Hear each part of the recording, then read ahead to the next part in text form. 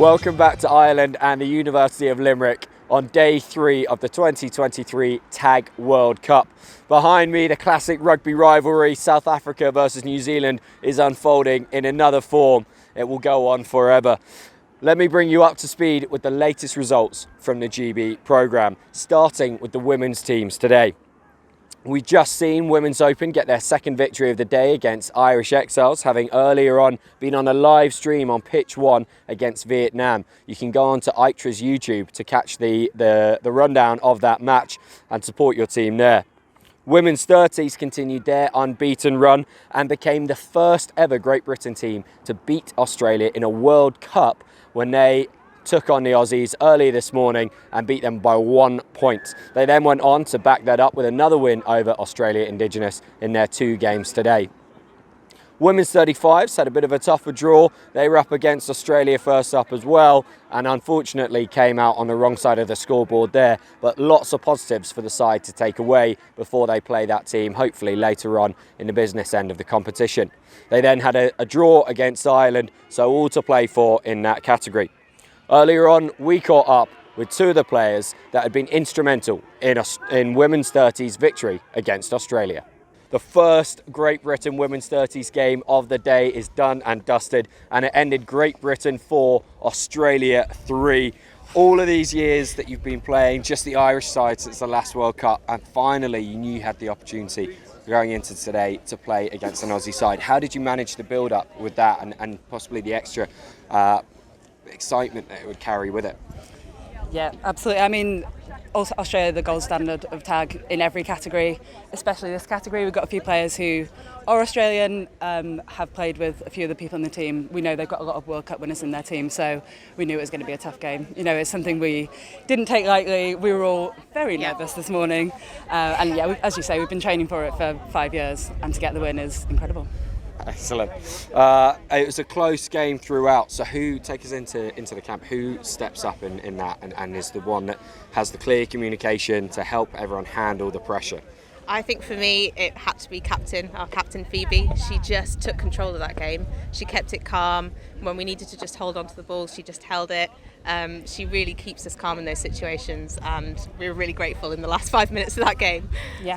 Yeah, it's the captain, it's Lois, it's Bedders, it's all. I mean, to be fair, Phoebe was incredible. She has been the whole tournament, but it could be anyone.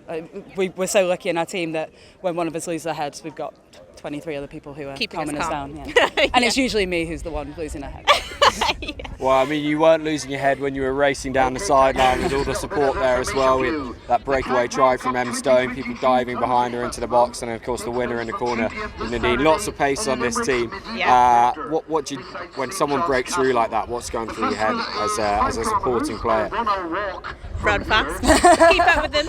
Yeah, as a winger, I think my job is to make sure I'm there by anyone who's made a break, but the whole team as well. I think that's one of our strengths this tournament has been just we're all there as a team supporting. There's options either side, makes us a real threat. And it was nice of me not to go at full pace so they could catch me there. That was my little treat to Australia. I mean, it looks on your face like you're there at full pace. Yeah, my face betrays me. Yeah, it's great. Well, let it sink in. You guys have just beaten Australia, so you got that under your belt on your tag CV, and no one can take that away from you now. But obviously more to come over the next few days. Good luck for it. Thanks. Great Britain's 3 men's teams have had an unrivaled day of success at the World Cup today, with all of them picking up wins in every single one of their matches. Men's Opens came against Italy and their old rivals Ireland. Men's 40s picked up wins against Lebanon, the biggest one we've had in the competition against Hong Kong China, 32-0, and another one against Alliance Barbarians. Men's 30s won a really tight one, coming back from 3 points down with just 5 minutes to go against GB Exiles before beating USA later on in the day. After that first game, we had a chat on the sidelines to 2 of the superstars that had proven to be match winners.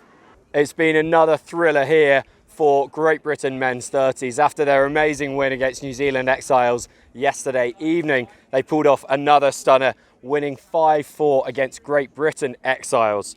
Guys, you love making it tense, you love making it a bit of a drama. You're going to be the drama team of GB at this rate. Yeah, we didn't really come to this campaign with a mantra, but I think it probably after these few games, it's just going to be about the grind. Yep. We love grinding a win.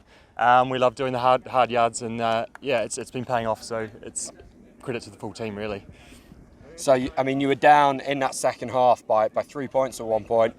Who is it in the team, or who are the people in the team whose voices come to the forefront at that point, calm everyone down and get them focused so that you can get the win, get the result? It's the middles, isn't it? We've got Mozza, we've got Murchie as well. Azza when he's on. It's the leaders that are keeping us calm. Yeah. Any words from Kimbo on the sideline, or does he leave it to you guys?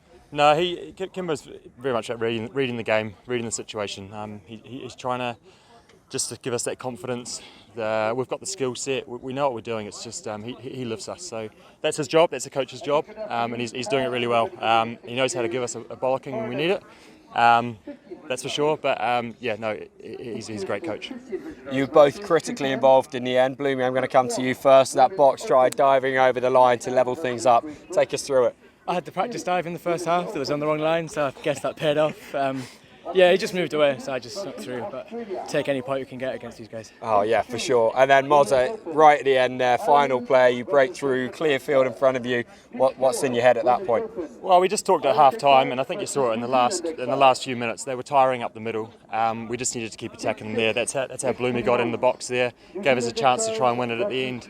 And the boys outside just made lots of noise. And when they do, they just shift, and the hole opened up. And then Aids just followed through, easy pass and offload, and well, it's one of the closest wins we've had. Yeah. Siren goes after the ball's down, but we'll take it. We'll take it any way we can. Absolutely. By the time this goes out, you'll have played 2 more games, but right now, World Cup 2023, played for, won for, must feel pretty good. Yeah, really. The boys are wrapped. I think that we're aiming to go unbeaten today as well, so it's a good start. It's what we wanted to do. Brilliant. Well done, guys. Keep it up. Cheers, guys. Cheers. Our mixed teams also had big days. Mixed seniors started off with a frustrating draw to the Alliance team, but then bounced back with stunning wins over New Zealand and then Australia to become only the second GB team to beat Australia in a World Cup, following on from Women's 30 success earlier in the day. Mixed Open had a big win against France Barbarians. 31-0 meant they just missed out on equalling men's 40 score record before a tight loss to New Zealand Exiles in the last game of their pool. They will actually play New Zealand Exiles again this evening in the first game of the Mixed Open Super 6. The same time, we will see men's 30s play against France. I don't know the scores right now, but they are on screen below me by the time you watch this. Tomorrow, we could well see 4 different live stream Great Britain games taking place, starting at 10 a.m. with Women's 30s against Ireland in their penultimate pool game. That'll be on pitch 2. We will see Mixed Open twice on pitch 2 at 1 p.m. against South Africa and then pitch 1 at 4 p.m. against Ireland. Remember, pitch 1 not only live streamed but also with commentary. Just before that, at 3 p.m, the Women's 35s Cup quarter-final will take place, and we hope to see Great Britain in that. We also hope that you'll be following along with us through the rest of tomorrow, whether it's on social media, on the live stream, or here in person cheering on the teams. There have been even more numbers today, and we hope those numbers swell again tomorrow. Thanks for following.